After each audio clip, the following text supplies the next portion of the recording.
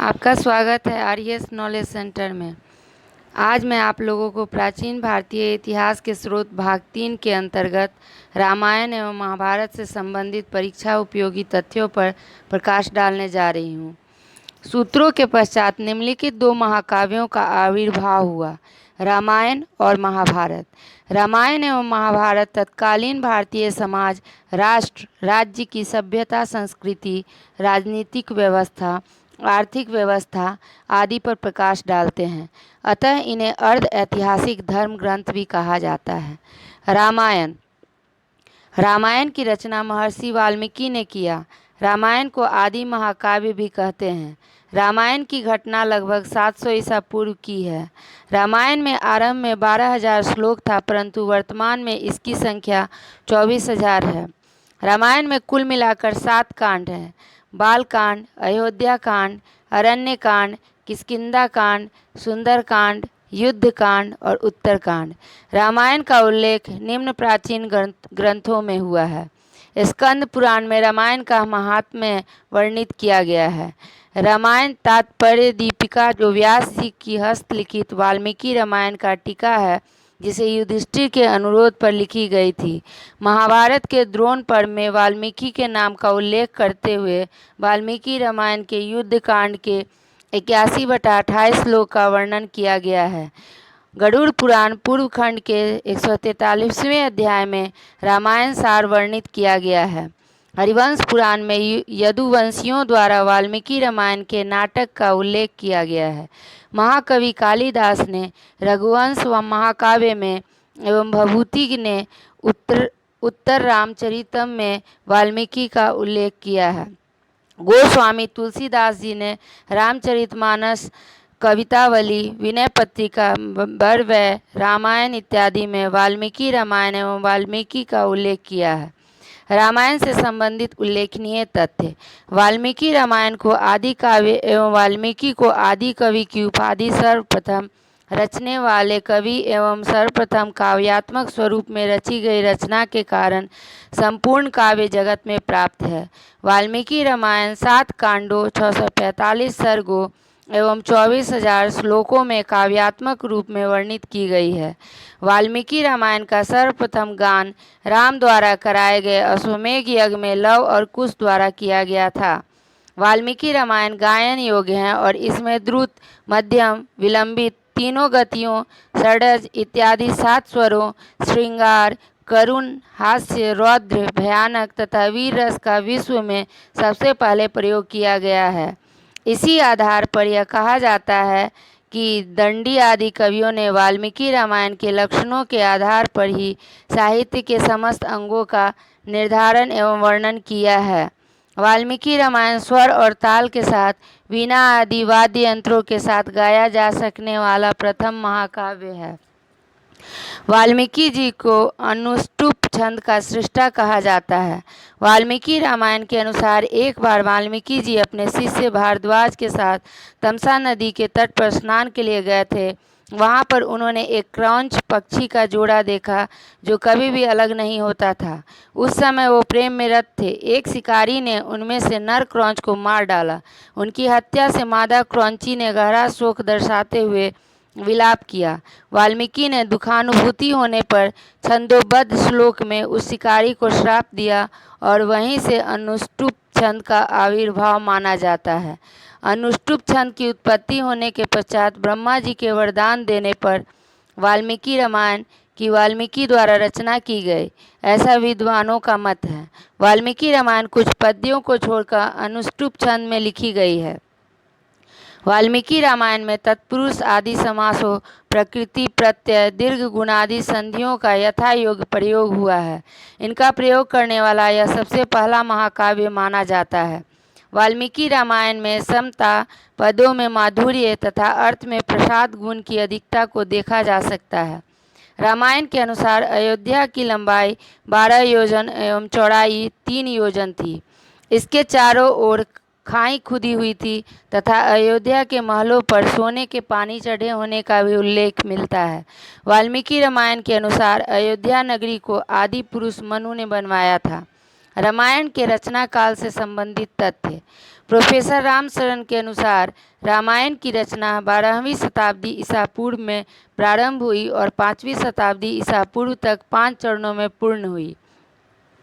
Professor Ramsharan के अनुसार रामायण की रचना महाभारत के बाद हुई, लेकिन प्रोफेसर रामचरण का कथन तर्कसंगत नहीं लगता, क्योंकि महाभारत में कई स्थानों पर वाल्मीकि रामायण का उल्लेख एवं वर्णन किया गया है। स्वीकार रूप में रामायण का प्रारंभिक रचना काल 500 ईसा पूर्व एवं अंतिम रूप से संकलन 400 ईसा पूर्व माना जाता है।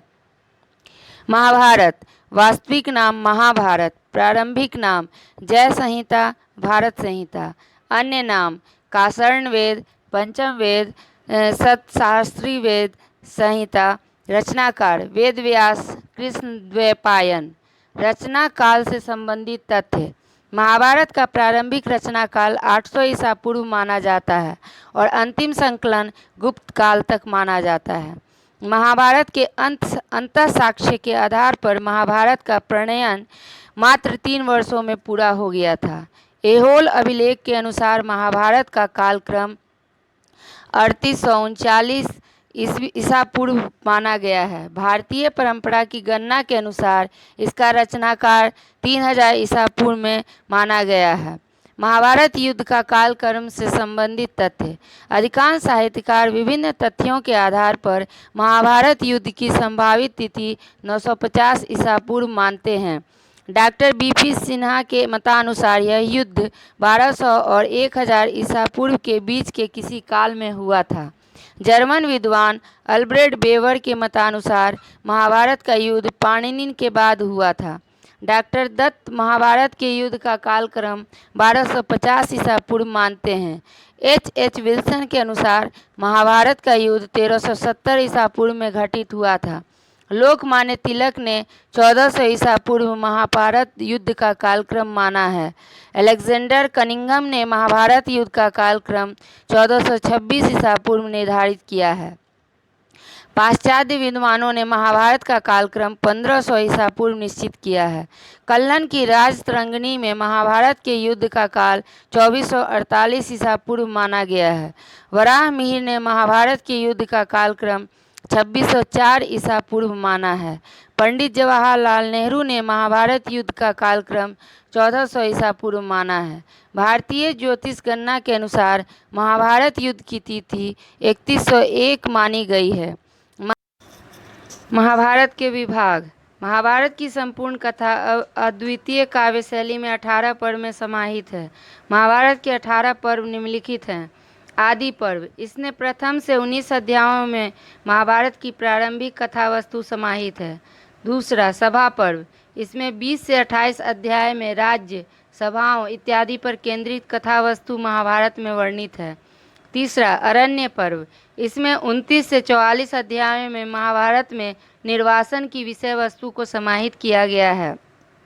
चौथा, विराट पर्व, इसमें 45 से 48 अध्याय तक भरत वंश के राजाओं के अंतर्कलह को मुख्य कथा वस्तु बनाकर महाभारत में समाहित किया गया है। पचमा, उद्योग पर्व, इस पर्व में 49 से 60 अध्याय तक विभिन्न योजनाएं क्रियान्वित की विषय वस्तु को महाभारत में समाहित किया गया है। छठा, भीष्म पर्व, इसमें 61 से 64 अध्याय तक महाभारत के युद्ध की प्रारंभिक विषय वस्तु का चित्रण है। सतमा, द्रोण पर्व, इसमें 65 से 72 अध्याय तक महाभारत युद्ध का वर्णन है। आठवां, कर्ण पर्व, इसमें मात्र 73वें अध्याय में युद्ध का वर्णन है। नौवां, शल्य पर्व, इसमें 74 से 77 अध्याय तक महाभारत के युद्ध का वर्णन है। 10वां, सौप्तिक पर्व, इसमें 78 से 79 अध्याय में जनसंहार का चित्रण किया गया है। 11, स्त्री पर्व, इसमें 79 से 83 अध्याय तक जनसंहार के उपरांत होने वाले क्रंदन एवं अन्य विषय वस्तु का वर्णन किया गया है। 12वां, शांति पर्व, इसमें 84 से 86 अध्याय तक की विषय वस्तु में समाहित इस पर्व में शांति जन्य तथ्यों का उल्लेखित किया गया है। 13, अनुशासन पर्व, इसमें 87 से 88 अध्याय तक विधि जन्य तथ्यों को समाहित किया गया है। 14, अश्वमेधिक पर्व, इसमें मात्र 89 अध्याय में पूर्व घटित तथ्यों के सामान्यीकरण का उल्लेख हुआ है। 15, आश्रम वार्षिक पर्व, इसमें 90 से 92 तक के अध्याय में वैराग्य प्रवृत्ति का चित्रण हुआ है। 16 मौसल पर्व, इसमें मात्र 93 अध्याय में वैनाशिक तथ्यों को प्रस्तुत किया गया है। 17 महाप्रस्थानिक पर्व, इसमें 94 अध्याय में महाभारत की विषय वस्तु को समाप्ति की ओर अग्रसर किया गया है। 18 स्वर्गारोहण पर्व, इसमें 95 अध्याय में महाभारत की कथा वस्तु समाप्त हो जाती है और भारतवंशीय स्वर्ग के लिए प्रस्थान कर जाते हैं। महाभारत लेखन का विकास क्रम, प्रारंभ में महाभारत में 8800 पद्य थे जिसका नाम जय संहिता था। कालांतर में पदों की संख्या 24,000 हो गई और महाभारत का नामकरण भरत या भारत संहिता हो गया। अंतिम संकलन के दौरान महाभारत में पदों की संख्या 1,00,000 हो गई जिसे महाभारत या सतसहस्त्री संहिता कहा गया। वर्तमान में महाभारत में उपलब्ध पद्य संख्या, वर्तमान में उपलब्ध महाभारत में श्लोकों की संख्या डॉक्टर वासुदेव शरण अग्रवाल के अनुसार 82,136 है। गीता प्रेस गोरखपुर द्वारा प्रकाशित महाभारत में 86,600 श्लोक हैं। दक्षिणात्य पाठ के 6584 उवाचों की संख्या 7,033 मिलाकर महाभारत के श्लोकों की कुल संख्या 1,02,217 हो गई है। परीक्षा में श्रेष्ठतम सफलता के लिए हमारे चैनल RES नॉलेज सेंटर को लाइक एवं सब्सक्राइब करें।